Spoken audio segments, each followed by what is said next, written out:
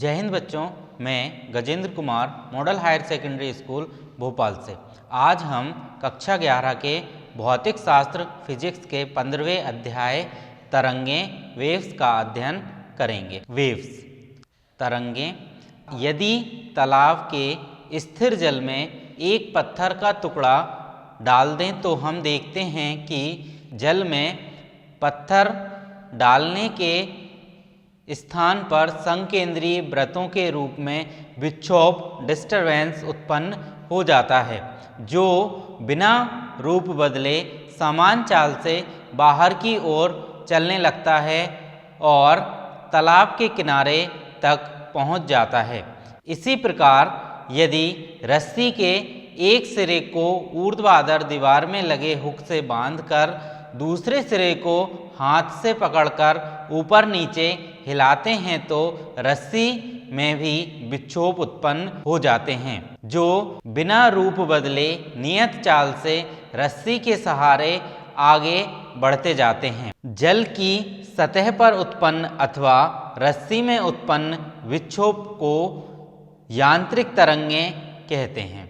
वह विक्षोभ जो ऊर्जा को एक स्थान से दूसरे स्थान तक माध्यम के बिना प्रवाह के स्थानांतरित करता है, तरंगें कहलाती हैं। अर्थात हम कह सकते हैं कि तरंगें ऊर्जा को एक स्थान से दूसरे स्थान तक पहुंचाती हैं। तरंगें तीन प्रकार की होती हैं: यांत्रिक तरंगें मैकेनिकल वेव्स, विद्युत चुंबकीय तरंगें इलेक्ट्रोमैग्नेटिक वेव्स, द्रव तरंगें मैटर वेव्स। यांत्रिक तरंगें मैकेनिकल वेव। यांत्रिक तरंगें किसी द्रवात्मक माध्यम में उत्पन्न वह विक्षोभ होता है जो बिना रूप बदले स्थिर चाल से आगे बढ़ता है। जल में उत्पन्न तरंगें, रस्सी में उत्पन्न तरंगें, स्प्रिंग में उत्पन्न तरंगें, ध्वनि तरंगें आदि यांत्रिक तरंगों के उदाहरण हैं। ये तरंगें किसी द्रवात्मक माध्यम में ही संचारित होती हैं, अर्थात इनके संचरण के लिए माध्यम की आवश्यकता होती है। बिना माध्यम के ये तरंगें एक स्थान से दूसरे स्थान तक नहीं पहुंच पाती हैं। विद्युत चुंबकीय तरंगें इलेक्ट्रोमैग्नेटिक वेव्स। विद्युत चुंबकीय तरंगें वे तरंगें होती हैं जिनके संचरण के लिए माध्यम की आवश्यकता नहीं होती। इन तरंगों में विद्युत क्षेत्र तथा चुंबकीय क्षेत्र परस्पर लंबवत होते हैं तथा तरंग संचरण की दिशा के भी लंबवत दोलन करते हैं। गामा किरणें गामा रेज, एक्स किरणें एक्स रेज, परावैंगनी किरणें अल्ट्रावायलेट रेज, प्रकाश किरणें विजुअल रेज, अवरक्त किरणें इंफ्रारेड, माइक्रोवेव सूक्ष्म तरंगें, रेडियो वेव्स रेडियो तरंगें आदि विद्युत चुंबकीय तरंगों के उदाहरण हैं या विद्युत चुंबकीय स्पेक्ट्रम के भाग हैं। द्रव तरंगें मैटर वेव्स। गतिशील कणों से संबद्ध तरंगों को द्रव तरंगें या डी ब्रोगली तरंगें कहते हैं। ये तरंगें दैनिक जीवन में दृष्टिगोचर नहीं होती। द्रव्य तरंगों का इलेक्ट्रॉनिक सूक्ष्मदर्शी के निर्माण में इन तरंगों का उपयोग किया जाता है। तरंग संचरण वेव प्रोपगेशन। जल की सतह में उत्पन्न तरंगें, रस्सी में उत्पन्न तरंगें एक स्थान से दूसरे स्थान तक किस प्रकार संचारित होती हैं, इसके लिए हम निम्नानुसार प्रयोग करते हैं। कॉर्क या कागज के कुछ टुकड़े लेते हैं, इन्हें जल की स्थिर सतह पर डाल देते हैं। अब एक छड़ को जल में डुबाकर जल की सतह पर तरंगें उत्पन्न करते हैं। हम पाते हैं कि एक के बाद एक सभी टुकड़े ऊपर नीचे दोलन करने लगते हैं। छड़ के पास वाले कॉर्क या कागज टुकड़ा पहले दोलन करता है और दूरस्थ टुकड़ा सबसे अंत में दोलन करता है। यदि किसी क्षण समस्त टुकड़ों के दोलनों का अवलोकन करें तो हम पाते हैं कि भिन्न भिन्न टुकड़ों के दोलनों की अवस्था अर्थात कलाएं फेज भिन्न भिन्न होते हैं। कुछ टुकड़े माध्य स्थिति में होते हैं, कुछ टुकड़े ऊपर की ओर गति करते हैं, कुछ टुकड़े नीचे की ओर गति कर रहे होते हैं, किंतु कोई भी टुकड़ा तरंग के साथ आगे की ओर नहीं बढ़ता है। इस प्रयोग से स्पष्ट होता है कि जब कोई तरंग किसी माध्यम में आगे की ओर बढ़ती है तो माध्यम का प्रत्येक कण माध्य स्थिति के दोनों ओर आवर्त गति करता है। यद्यपि भिन्न भिन्न कणों में दोलनों की अवस्था अर्थात कलाएं भिन्न भिन्न होती हैं। जब कोई तरंग इस माध्यम में संचारित होती है तो माध्यम का प्रत्येक कण अपनी गति को समीपवर्ती कण को दे देता है, यह कण अपनी गति को अन्य समीपवर्ती कण को दे देता है, यही क्रिया जारी रहती है। इस प्रकार के द्वारा ऊर्जा और संवेग का संचार करती हैं, किंतु माध्यम का प्रवाह बिल्कुल नहीं होता है। यांत्रिक तरंगों के प्रकार, काइंड्स ऑफ मैकेनिकल वेव्स।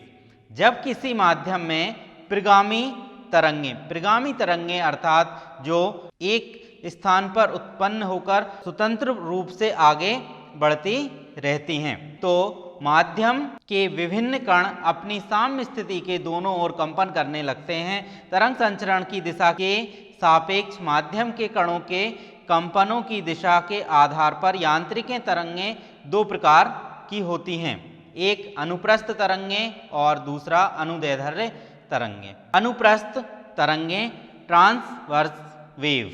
जब किसी माध्यम के कणों के कंपन करने की दिशा तरंग संचरण की दिशा के लंबवत होती है तो माध्यम में उत्पन्न तरंगों को अनुप्रस्थ तरंगें कहते हैं।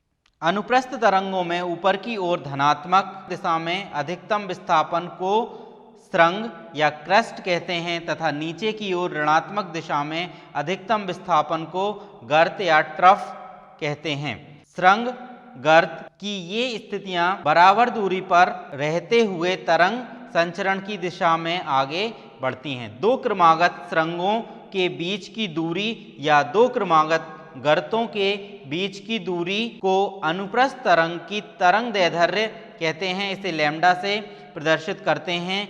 अनुदैर्ध्य तरंगें, लॉन्गिट्यूडनल वेव्स।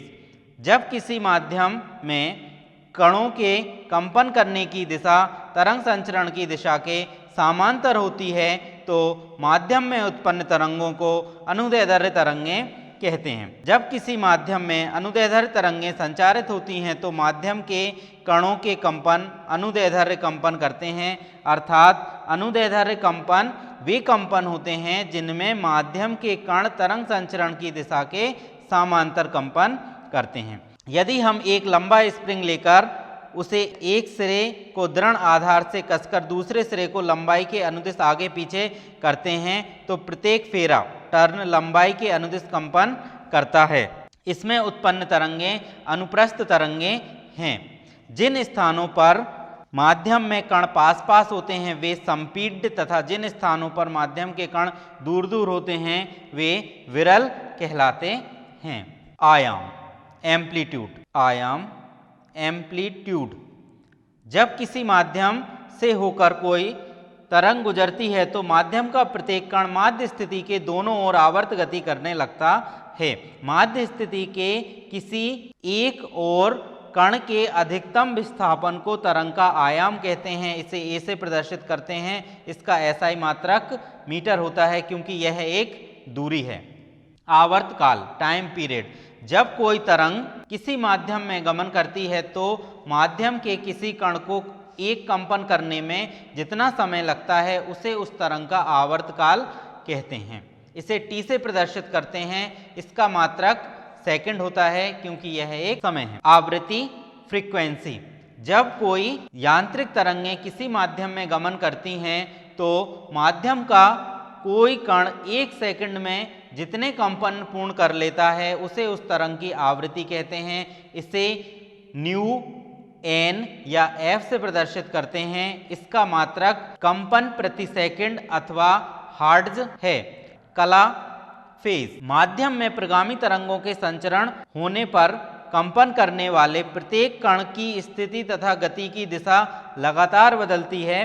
कंपन करते हुए किसी कण की स्थिति क्षण पर स्थिति व गति की दिशा की जानकारी जिस राशि से होती है उसे हम कण की कला कहते हैं। अर्थात कला या फेज से हमें यह पता चलता है कि कण की स्थिति और दिशा क्या है। तरंग दैर्ध्य वेवलेंथ, जब कोई यांत्रिक तरंगें किसी माध्यम में गमन करती है तो माध्यम के कण के एक पूर्ण कंपन करने में जितनी दूरी तय करती है उसे तरंग का तरंग दैर्ध्य कहते हैं।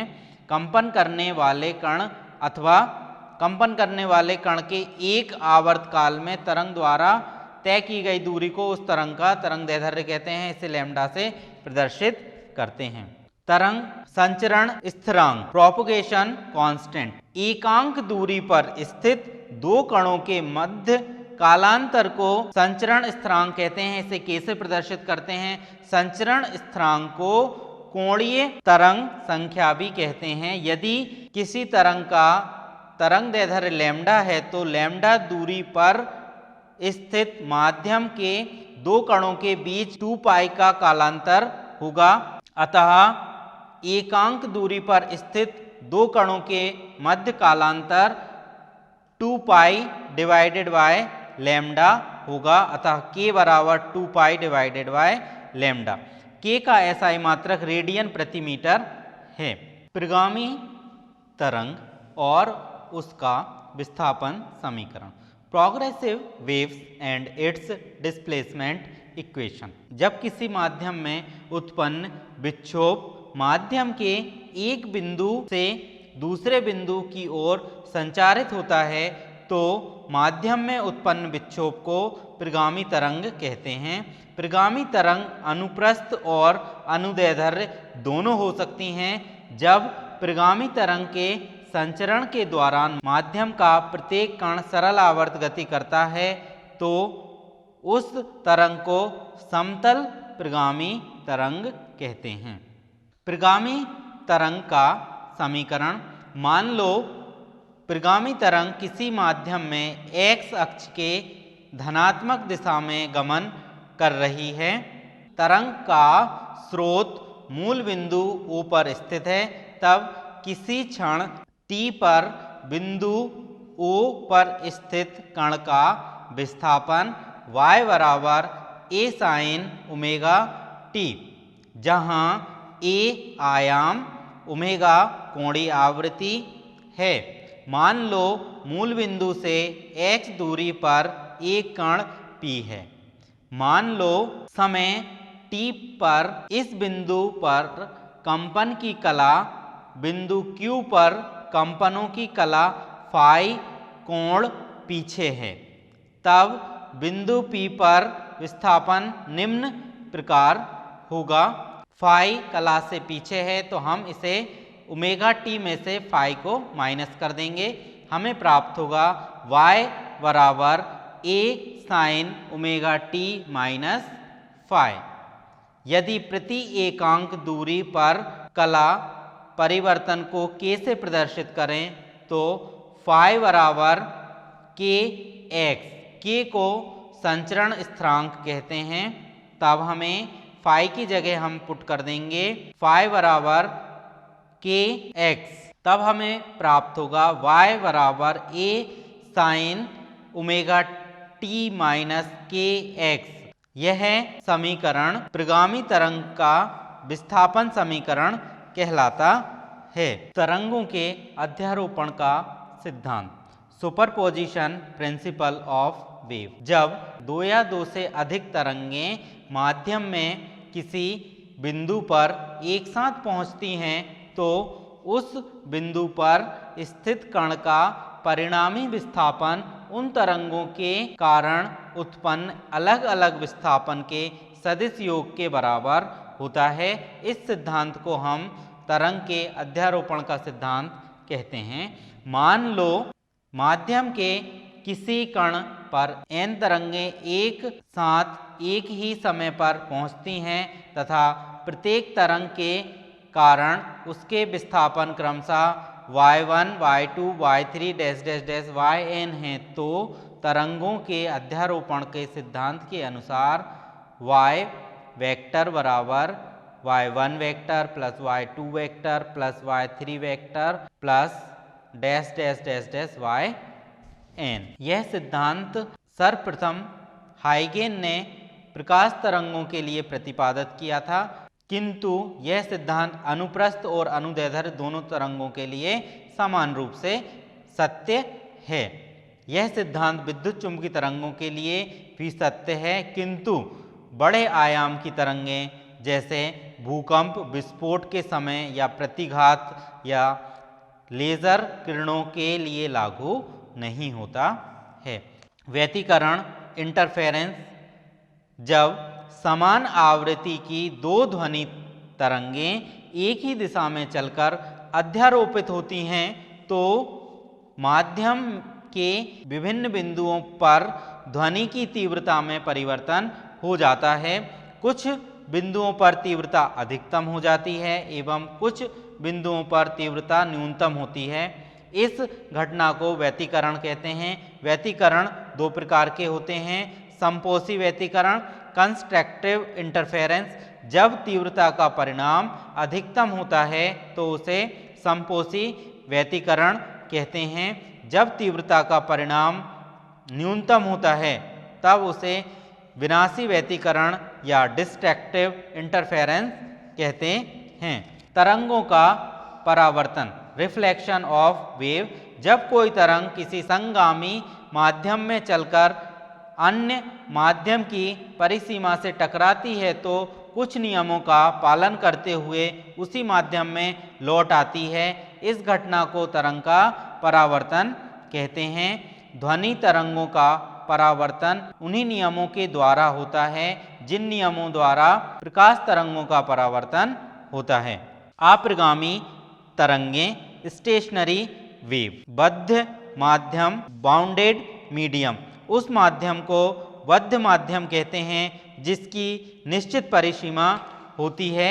आप्रगामी तरंगें, स्टेशनरी वेव, जब समान आयाम तथा आवृत्ति की दो प्रगामी तरंगें किसी बद्ध माध्यम में एक ही चाल से एक ही मार्ग पर विपरीत दिशा में गति करती हैं तो उनके अध्यारोपण के कारण उत्पन्न तरंगों को आप्रगामी तरंगें कहते हैं। यह तरंगें किसी भी दिशा में आगे नहीं बढ़ती बल्कि अपने स्थान पर रहकर फैलती और सिकुड़ती रहती हैं। उदाहरण, जब दोनों सिरों पर कसे हुए किसी तार को थोड़ा सा खींचकर छोड़ देते हैं तो तार में अनुप्रस्थ तरंगें उत्पन्न हो जाती हैं जो कसे हुए सिरों से परावर्तित होती हैं।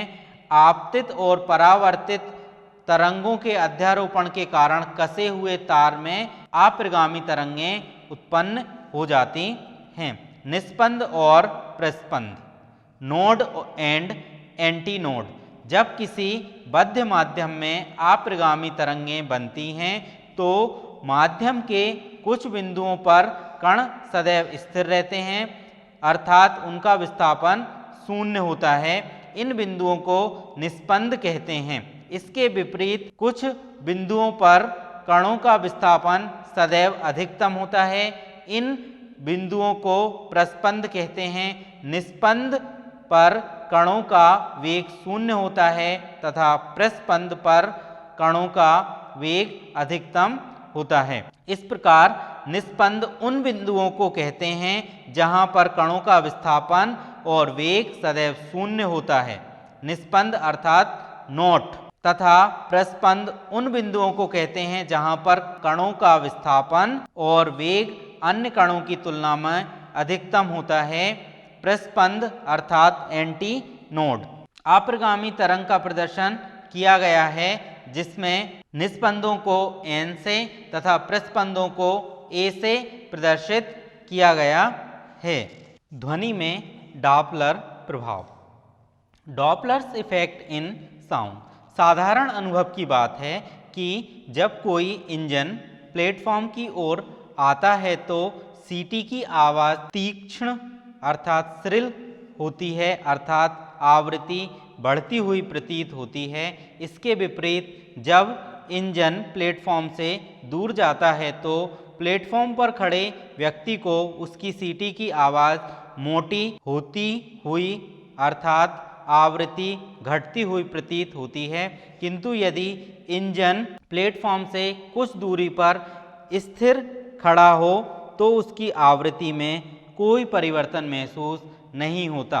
इसी प्रकार जब हम सड़क पर जा रहे होते हैं और एक ट्रक हॉर्न बजाता हुआ हमारी ओर आता है तो हॉर्न की ध्वनि तीक्ष्ण होने लगती है, किंतु जब ट्रक हमसे दूर निकल जाता है तो हॉर्न की ध्वनि मोटी होने लगती है।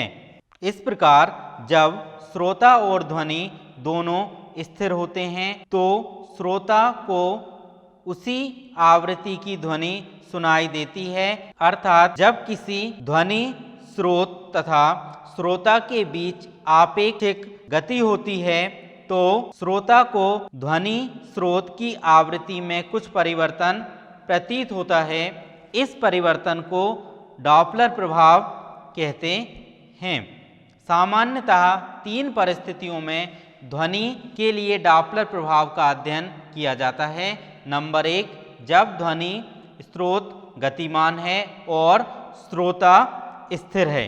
नंबर 2, जब ध्वनि स्रोत स्थिर है और श्रोता गतिमान है। नंबर 3, जब ध्वनि स्रोत और श्रोता दोनों गतिमान हैं। आभासी आवृत्ति की गणना करते समय ध्वनि संचरण की दिशा सदैव ध्वनि स्रोत से श्रोता की ओर ली जाती है। जब ध्वनि स्रोत गतिमान है और श्रोता स्थिर है। स्थिति 1, मान लो S ध्वनि स्रोत है तथा O श्रोता है। ध्वनि स्रोत की वास्तविक आवृत्ति n तथा ध्वनि का वेग v है। मान लो SO बराबर v। यदि ध्वनि स्रोत स्थिर है तो उसमें 1 सेकंड में उत्सर्जित होने वाली n तरंगें v दूरी में फैल जाएंगी। वास्तविक तरंगदैर्ध्य हमें प्राप्त होगा लैम्डा बराबर v अपॉन n।